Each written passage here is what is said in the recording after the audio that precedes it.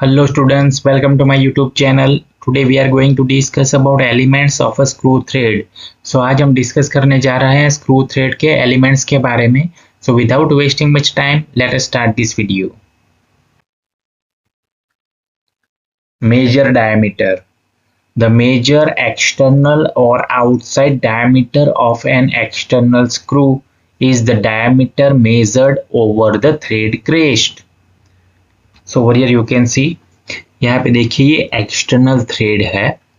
सो यहाँ पे जो क्रेस्ट होता है, क्रेस्ट हम किससे बोलेंगे कि ये थ्रेड जो है उसका ऊपरा पोर्शन क्रेस्ट, यानी कि हम यह कह सकते हैं कि जो थ्रेड है थ्रेड की सबसे ऊपरी चोटी, यानी कि ये इसको क्रेस्ट बोलेंगे. ये ऊपर का पोर्शन देख रहे हो, उसी साइड ये पूरा एक क्या है, स्क्रू है. तो यहाँ पे ये थ्रेड रहेगा. तो ये क्रेस्ट और ये क्रेस्ट, इन दोनों के बीच की जो डिस्टेंस है उसको हम बोलेंगे major diameter.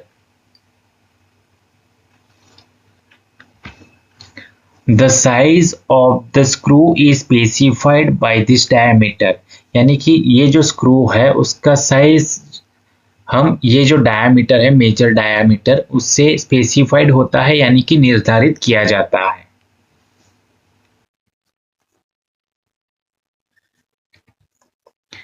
In the case of an internal thread, the major diameter is measured over the roots of the thread. अब जब हम बात करें इंटरनल थ्रेड की, जहाँ जो कि यहाँ पे आप देख सकते हैं, इंटरनल थ्रेड में क्या होगा कि हम मेजर डायमीटर हम किसे बोलेंगे, तो उसका रूट होगा. तो ये है रूट और यहाँ पे क्रेस्ट रहेगा. एक्सटर्नल में क्या हुआ था, जो बाहरी पोर्शन था, जो चोटी, उसको हम क्रेस्ट बोलते थे और इसको रूट बोलेंगे. यहाँ पे क्या होगा इंटरनल में, ये जो है उसको रूट बोला जाएगा और इसको क्रेस्ट बोला जाएगा. Right, so don't confuse over here, ये दोनों में डिफरेंस है. तो यहाँ पे मेजर डायमीटर हम किसको बोलेंगे, ये जो रूट है ये और यहाँ का रूट, दोनों के बीच का जो डिस्टेंस है उसको हम बोलेंगे मेजर डायमीटर. किसमें, इंटरनल थ्रेड में. Minor diameter, this is the smallest diameter of the thread, यानी कि थ्रेड का जो सबसे छोटा डायमीटर होता है उसको हम माइनर डायमीटर बोलेंगे. सो यहाँ पे इस इमेज में देखिए माइनर डायमीटर, यानी कि यहाँ पे लिखा है. सो ये वाला डिस्टेंस हम कंसिडर करेंगे माइनर डायमीटर और यहाँ पे ये वाला. It is also referred to as the root diameter or core diameter on external thread, जो कि एक्सटर्नल थ्रेड में क्या है, जो माइनर डायमीटर होता है उसको रूट डायमीटर भी बोल सकते हैं और कोर डायमीटर भी बोल सकते हैं. For an internal thread, it is the distance over the crest.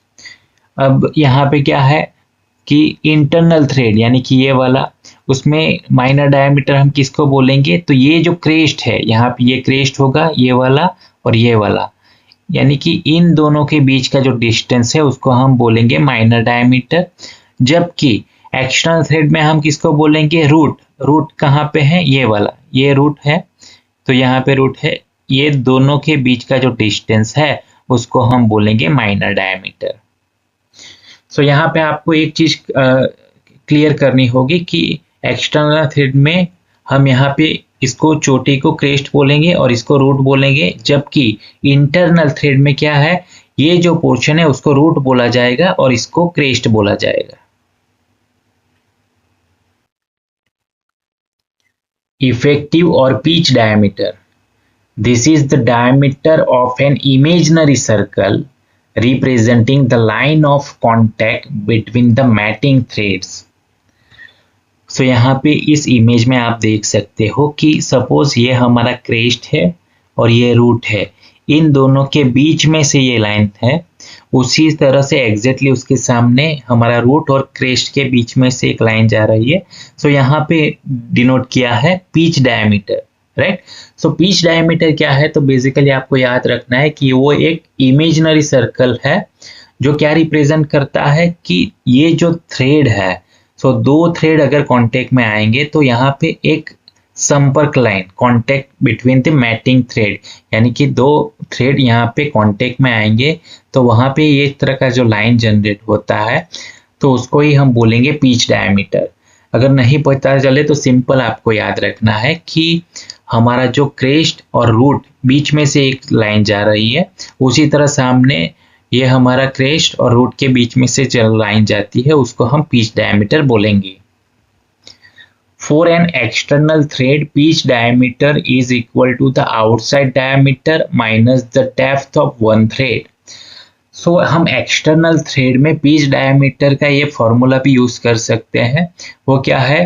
Pitch diameter is equal to outside diameter. Outside diameter यानी कि हमारा मेजर डायमीटर, जो कि ये क्रेस्ट और ये क्रेस्ट दोनों के बीच का डिस्टेंस है, major diameter, minus the depth of one thread, right. तो डेप्थ ऑफ वन थ्रेड का क्या मीनिंग होता है कि सपोज हम एक ये क्रेस्ट कंसीडर कर लेते हैं।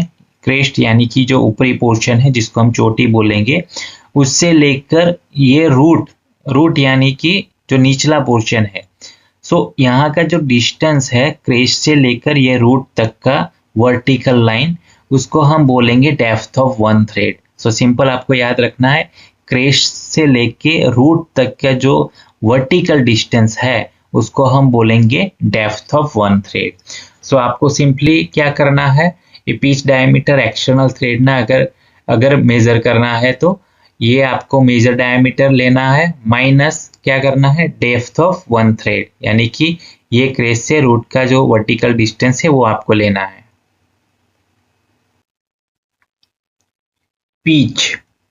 Pitch is the axial distance between corresponding points on two consecutive threads measured along the pitch diameter. So यहाँ पे हम pitch किसको बोल सकते हैं, तो यहाँ पे देखिए ये एक्सटर्नल थ्रेड है।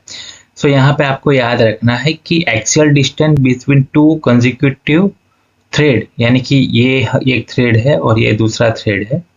तो यहाँ पे क्या होगा, इन दोनों का जो बीच है एक्सियल डिस्टेंस उसको हम पिच बोलेंगे, जैसे कि यहाँ पे लिखा है। सो आपको सिंपल याद रखना है, सपोज हम ये क्रेस्ट लेंगे और उसके एग्जैक्टली नजदीक का दूसरा क्रेस्ट लेंगे। सो इन दोनों का जो डिस्टेंस होता है उसको हम बोलेंगे पिच, जैसे कि यहाँ पे दर्शाया गया है। It is reciprocal of the number of threads per unit length of screw. So यहाँ पे क्या है कि जो स्क्रू का लेंथ है उसके अकॉर्डिंग यहाँ पे क्या होगा, नंबर ऑफ थ्रेड होंगे। यार ये सपोज ये स्क्रू है तो उसके स्क्रू के अकॉर्डिंग यहाँ पे नंबर ऑफ थ्रेड होंगे। तो ये क्या होंगे, इट इज रेसिप्रोकल। रेसिप्रोकल का मीनिंग होता है अरस परस में। सो सिंपल हमें क्या देखना है यहाँ पे, पिच यानी कि सपोज हम ये कंसीडर करेंगे तो उसके एग्जैक्टली नजदीक का जो थ्रेड है, सो इन दोनों का जो डिस्टेंस है उसको हम पिच बोलेंगे।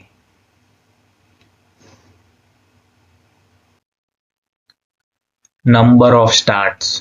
The number of starts of a thread refers to the number of independent threads on the surface of a job. So यहाँ पे क्या कहा गया है कि suppose the number of start of a thread, यानी कि थ्रेड की जो शुरुआती संख्या है, नंबर यानी कि संख्या है, वो the surface of a job, यानी कि जॉब की जो सरफेस के ऊपर उसके जो इंडिपेंडेंट थ्रेड होते हैं, यानी कि स्वतंत्र थ्रेड होती है, उसका नंबर वो दर्शाता है। द थ्रेड में बी सिंगल स्टार्ट और मल्टी स्टार्ट, यानी कि थ्रेड सिंगल स्टार्ट और मल्टी स्टार्ट हो सकते हैं। सो यहाँ पे आपको एक चीज याद रखना है, सिंगल स्टार्ट इसमें क्या होता है कि इसमें पूरा एक स्क्रू पर सिर्फ एक ही थ्रेड होता है। सपोज ये हम स्क्रू लेंगे तो उस पे एक ही थ्रेड शुरू से लेके अंत तक वही थ्रेड चलता रहता है, राइट। यानी कि उसी थ्रेड में वो वर्क करता है, रोटेट करता है। सो उसका एग्जांपल के तौर पे सपोज हम पानी की बोतल ले सकते हैं। पानी का बोतल का जो ढक्कन होता है उसमें क्या होता है कि उसका पूरा बंद करने के लिए आपको कई बार घुमाना पड़ता है, यानी कि एक ही थ्रेड शुरू से अंत तक चलता है, जिसको हम बोलेंगे सिंगल स्टार्ट। मल्टी स्टार्ट में क्या होता है कि इसमें एक साथ 2, 3 या 4 थ्रेड साथ साथ चलती है।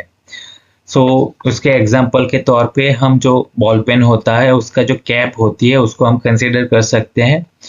सो आपने देखा होगा कि जो पेन का ढक्कन है सिर्फ हम आधा या एक चक्कर घुमाते हैं तो तुरंत वो बंद हो जाता है, यानी कि उसके ऊपर 2, 3 या 4 थ्रेड साथ साथ चलती है, जिसको हम बोलेंगे multi star. Depth of thread, it is the distance between the crest and root of the thread measured at right angle to the axis of the thread। अब हम डेप्थ ऑफ थ्रेड किसे बोलेंगे, तो यहाँ पे लिखा गया है distance between the crest and the root. So ये हमारा जो क्रेस्ट है यानी कि थ्रेड का जो ऊपरी चोटी होती है जिसको हम क्रेस्ट बोलेंगे, और ये जो होता है उसको हम रूट बोलेंगे, राइट। सो इन दोनों के बीच की जो दूरी है, डिस्टेंस है, वो हमारा थ्रेड का जो एक्सिस है उसको परपेंडिकुलर ये मेजर किया जाता है, राइट। तो यही डिस्टेंस को बोला जाता है डेप्थ ऑफ थ्रेड, यानी कि क्रेस्ट और रूट के बीच की जो डिस्टेंस है, राइट, परपेंडिकुलर टू ये जो एक्सिस है उसके परपेंडिकुलर होती है, तो ये जो है डिस्टेंस उसको बोला जाता है depth of thread. Thread angle, it is the angle between the flanks of the thread measured in an axial plane।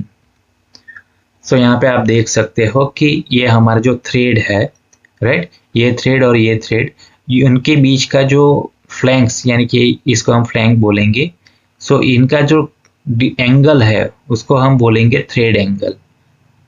Simple आपको याद रखना है। तो ये क्रेस्ट और ये क्रेस्ट है, उन दोनों के बीच में यहाँ पे रूट होगा, तो यहाँ से लेके ये जो एंगल बनता है उसको ही हम बोलेंगे thread angle.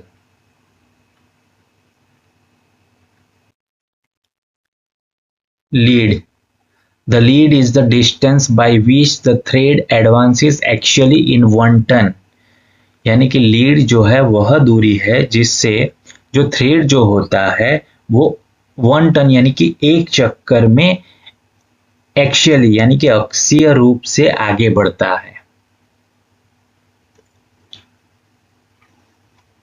For a single start thread lead is equal to pitch, यानी कि सिंगल स्टार्ट थ्रेड में क्या होता है, ये जो पिच है तो लीड भी उतना ही होगा। तो हम ऐसा कह सकते हैं कि सपोज ये जो हमारा स्क्रू है उसको एक बार यानी कि 360 हम रोटेट करेंगे तो वो पिच जितना ही वो अंदर जाएगा, तो उसको हम बोलेंगे लीड। सिंपल याद रखना है कि एक टर्न में वो कितना अंदर जाता है, सिंगल स्टार्ट में कितना जाएगा, पिच जितना। So pitch is equal to हम लीड बोलेंगे।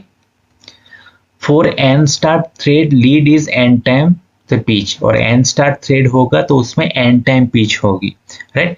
सो सिंपल यहाँ पे याद रखना है कि सपोज यहाँ पे डबल स्टार्ट थ्रेड हम एज्यूम करेंगे, तो सपोज हमारा पिच इतना है तो लीड कितना होगा डबल स्टार्ट में, यहां से लेके यहां तक डबल स्टार्ट। सो सिंपल आपको याद रखना है। Thank you for watching. Like, comment, share and subscribe to my channel.